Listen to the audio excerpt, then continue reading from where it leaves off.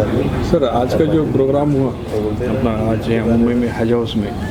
तो आपकी जो 15 कलमी योजना थी उसके बारे में थोड़ा शॉर्ट में बताइए। देखो, सबसे पहले मैं आपका शुक्रिया अदा करूंगा कि आपके दर्शकों तक पहुंचने का आप मुझे मौका दे रहे हैं।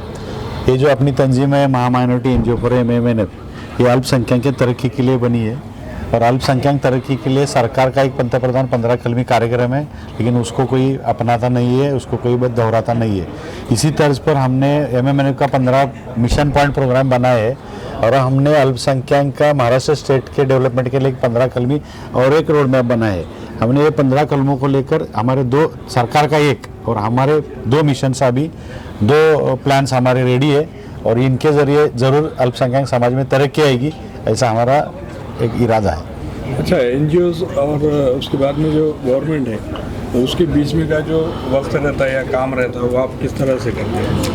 NGOs को जोड़ने के बाद? अभी हम लोगों ने 2018 से NGOs को जोड़ना पहले शुरू किए, उसके साथ में हमने गवर्नमेंट से पॉलिसी मेकिंग में हमने काम किए। गवर्नमेंट को बहुत सारे डेलीगेशंस, निवेदन, मेमोरेंडम, धरना आंदोलन के जरिए सरकार से रब्ता किए, उसके जरिए बहुत सारे बदलाव भी आए। अभी हमारे सामने हमने एजुकेशन इंस्टीट्यूशन को भी जोड़ना शुरू किए हैं और आगे चलकर अभी 1-2 महीने में हम लोग पब्लिक ओरिएंटेड भी हम लोग पब्लिक को भी जोड़ने की कोशिश करने वाले हैं। और जो भी गैप है अभी समझो वो तो गैप को कम करके शासन समाज की योजनाएं, शासन और समाज के बीच में का एक पुलिंग हम लोग अच्छी तरीके से करेंगे, ऐसा हमें यकीन है।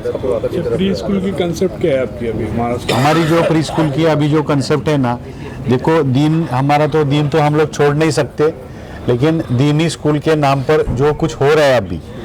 उसमें हमारा ऐसा एक ऑब्जर्वेशन है कि दीनी का तो काम करना ही चाहिए, लेकिन दीन के साथ में क्वालिटी एजुकेशन नहीं मिल रहा है और वो उसकी दोनों का तालमेल भी कहीं पर होना चाहिए। इसलिए हमने बाइलिंगुअल उसमें प्री स्कूलिंग लाए हैं, उर्दू और इंग्लिश वाला, और उसके अच्छे सिलेबस वगैरह हमने करिकुलम खुद के डिज़ाइन किए। अभी हमने पहले भी लोगों को बहुत सालों से बोलते भी आ रहे हैं कि जो एकेडमिक्स बनता है, जो करिकुलम सरकार का बनता है रेगुलर एजुकेशन का, वो हमारी कम्युनिटी के लिए कितना मैच होगा, कितना तालमेल खाएगा, ये तालमेल नहीं खाता, इसीलिए भी हमारा ड्रॉप आउट है। तो हमारी कम्युनिटी का तालमेल खाने वाला एजुकेशन सिस्टम, उसका तालमेल खाने वाला करिकुलम हमको बनाना है। उस पर हमारे साथी मेहनत ले रहे हैं, हम भी मेहनत ले रहे हैं। हम समाज का दर्द एक्सपर्ट तक पहुंचाते हैं और एक्सपर्ट्स लोग उसको अच्छे सॉल्यूशंस देने का प्रयास करते हैं। अभी हमारे साथ उस्मान भाई है परभनी से। सर, आप परभनी के लिए क्या मैसेज दोगे अभी सर के साथ में? अभी इतने बड़े NGO से आप काम कर रहे हो। परभनी जिला महा माइनॉरिटी NGO फोरम, सभी पदाधिकारी और दीगर NGOs मुंबई हज हाउस कमेटी में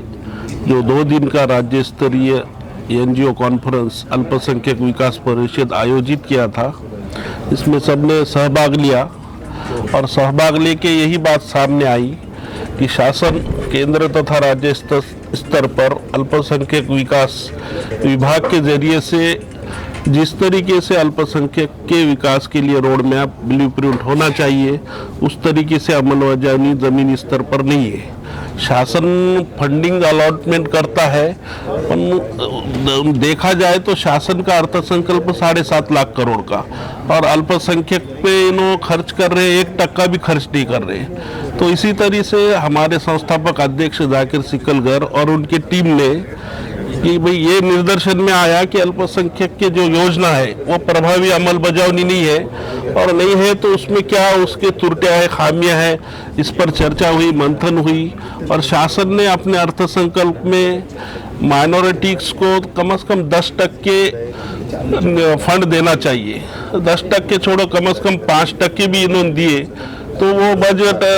हजारों करोड़ों में जाएगा। और उसमें से जो 15 कलमी प्रोग्राम है और दीगर योजना है, और अल्पसंख्यक विभाग अकेला नहीं है, उसमें अल्पसंख्यक आयोग है, उर्दू एकेडमी है, अल्पसंख्यक आयोग है,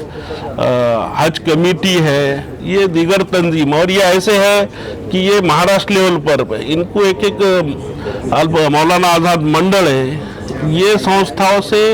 अल्पसंख्यकों का निश्चित ही विकास होगा। तो इस संबंध में हमारे परभनी जिले से बहुत से हमारे पदाधिकारी और दीगर NGOs यहाँ शामिल हुए और उनको अच्छे तरीके से इस बात की यहाँ नॉलेज बढ़ा, जागृति बढ़ी और ऐसे कॉन्फ्रेंस हमारे महामाइनॉरिटी फोरम से और भी हम लेकर रहेंगे और समाज के जो एनजीओ है, कार्यकर्ता है, इनमें जन जागृति लाने का हम काम करते रहेंगे। परभणी से आप आए हुए हैं और आपने महामाइनॉरिटी एनजीओ फोरम ज्वाइन किया, उसके बाद में आपको कैसा, मतलब आपका क्या ख्याल है इस बारे में? कल और आज 2 दिन से महामाइनॉरिटी एनजीओ फोरम का बहुत ही ज़बरदस्त और नॉलेजफुल एक कॉन्फ्रेंस चल रहा है, जिसमें इस महामाइनॉरिटी एनजीओ फोरम के अध्यक्ष श्री जाकिर शिकलगर साहब और कार्यकारी अध्यक्ष जनाब अब्दुल बारी साहब और उनकी पूरी टीम बड़ी मेहनत लेकर और अच्छी तरीके से पूरे मुद्दे जो भी माइनॉरिटी के डेवलपमेंट के लिए जो भी मुद्दे हैं, पूरे मुद्दों को टच किया और इन पूरे महाराष्ट्र के जितने भी एनजीओ है उनमें जन जागृति लाना, उनमें अवेयरनेस पैदा करने का बहुत बड़ा काम किया है। इसलिए मैं ये जो एनजीओ फोरम के जो टीम है, इनको तहे दिल से शुक्रिया अदा करता हूँ। साथ ही साथ इन्होंने पूरे हर कॉन्सेप्ट के ऊपर, हर स्कीम के ऊपर बहुत ही गहरे तरीके से सोच विचार करके जो गवर्नमेंट की उसमें खामियां है और पब्लिक और गवर्नमेंट में जो लैकुना है और गवर्नमेंट जिस तरीके से माइनॉरिटी को बजट नहीं दे रही है, टुटपुंजा बजट दे रही है, जिसकी वजह से माइनॉरिटी का अति पिछड़ा हो गया है। सो पहले पिछड़ा था, अभी अति पिछड़ा समाज हो गया है। सो और मेन कारण बोले तो गवर्नमेंट के स्कीम्स, गवर्नमेंट का बजट प्लेसमेंट माइनॉरिटी डिपार्टमेंट में और गवर्नमेंट के जो भी बहुत सारे स्कीम है, वो जो अधिकारी लेवल पे और गवर्नमेंट लेवल के उसके वो इम्प्लीमेंटेशन के बारे में जो निरुत्साह है, इस सब बातों का ध्यान रखते हुए डॉक्टर जाकिर शिकलगर साहब ने बहुत ही अच्छा काम किया है और उनका जो भी अभी विजन है और उनका जो मिशन है, बहुत ही अच्छा मिशन है। हम अभी फिलहाल ग्राउंड लेवल पे, डिस्ट्रिक्ट लेवल पे, जनता लेवल पे जाके सब लोगों को, नगर सेवकों को और दीगर पब्लिक को जोड़ के इस योजना के तहत सबको अवेयरनेस दिलाएंगे और काम करके इनका हाथ मजबूत कराएंगे। इंशाल्लाह यही मैं दुआ करता हूँ।